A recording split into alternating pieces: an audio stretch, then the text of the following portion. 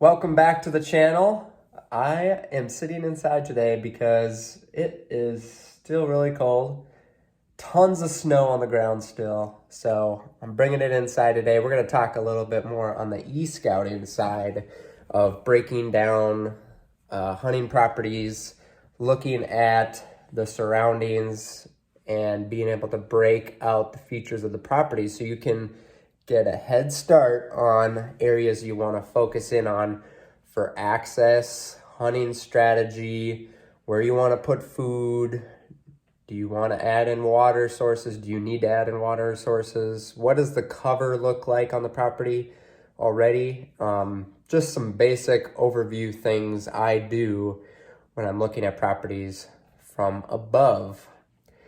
Obviously, it's always good to get on the land and check it out, but this is a good first step to get an overall view of the property itself and where it's at in its surroundings, because the surroundings mean a heck of a lot more sometimes when developing a property.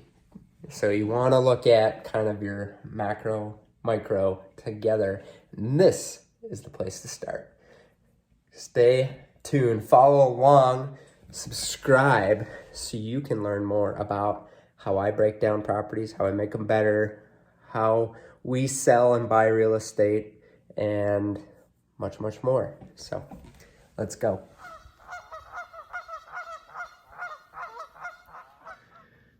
All right, we'll dive in on a random property here in West Central Minnesota. This one is 120 acres. There's a road here on the east side. I liked this property just because it had so many different things going on with it. It's got some low ground, fields, looks like a lot of mature tree cover in here. It's got some little field openings. This is probably agriculture still. So, it's got water features to it. So it's got a lot of stuff going on that we can help kind of break down different types of land types so we can make a better evaluation when we're looking at different properties. The other thing I liked about this one to use is it also butts up kind of to a big chunk of public, which is over here, and then the other side of this ag field over here. So you do have some public land that butts up to it. Now, what I always like to do when looking at hunting properties is, it's good to look at the property itself, but a big thing is what's the surroundings. So like that public land helps. Where are other roads? What type of land features are surrounding the property?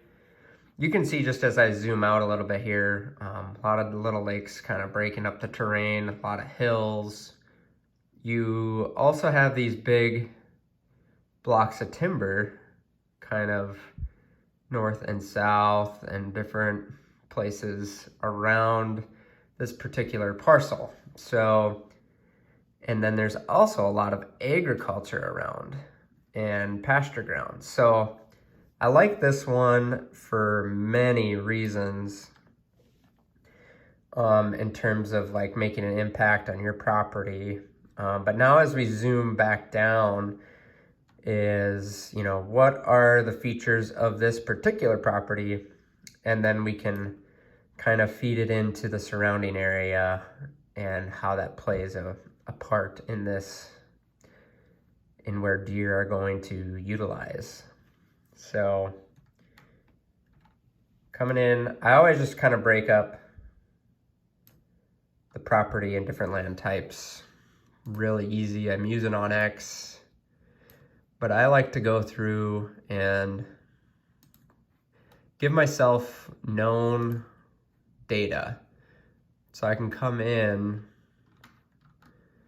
and get an idea of how much cover is water, how much cover is low ground, how much of it's agriculture, how much of it's mature trees, and so on and so forth.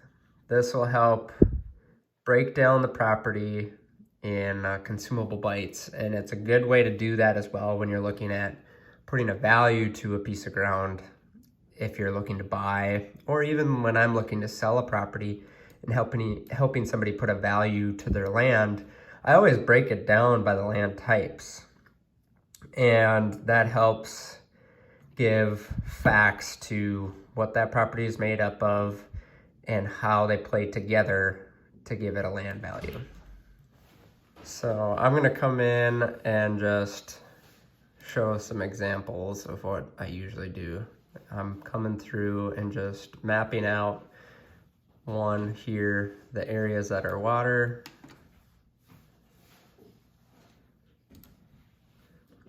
And I do that also for like the agriculture, just a rough idea of how much of each land type there is.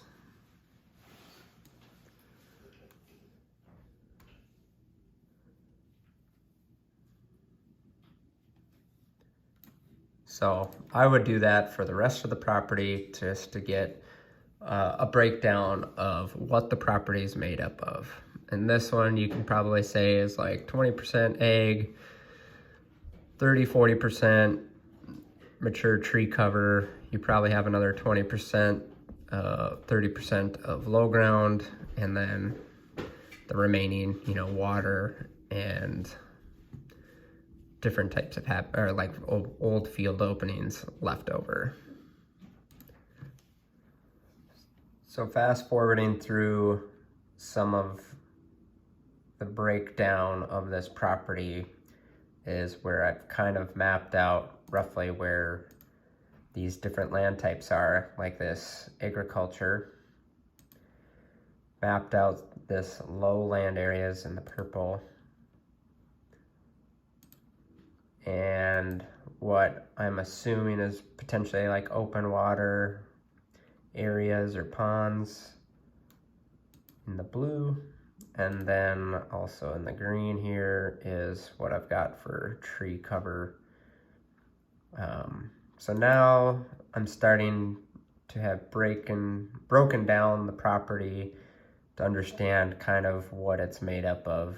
I mean, you don't necessarily have to map all of this out, but this is just a way to start creating these different land types and understanding how much is there.